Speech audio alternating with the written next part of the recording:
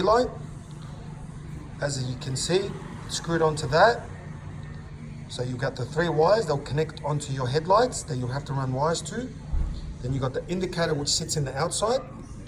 And then you will put this in with the hex heads showing. And you've got the fog light already connected. Now this piece over here sits in the back.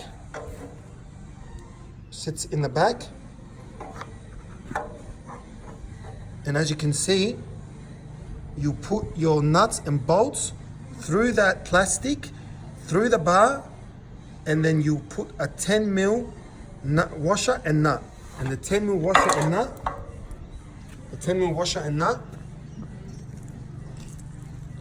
that's the 10 mil. That will sit behind the bull bar, and you'll tighten it with a hex head that type.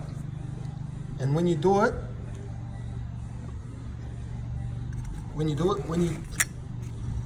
tighten the light, the back of the light, you will use a 6 mil, and you will tighten these up and make sure that the light is this bolt is all the way to the bottom of the bracket, as you can see in this video. Okay, so that's what this bracket is for, and this is how it fits. It fits right in the back of those holes. So those 2 holes should line up with these 2 holes here. Just like that. That's pretty much it. And then you follow with putting all your hex heads. They're all chrome and they all should fit here, all the hex heads through here, and just 10 mil nut and bolt. That's it. And then for the back, as you can see, it's just the Phillips heads, 4 Phillips heads for each side of the fog light.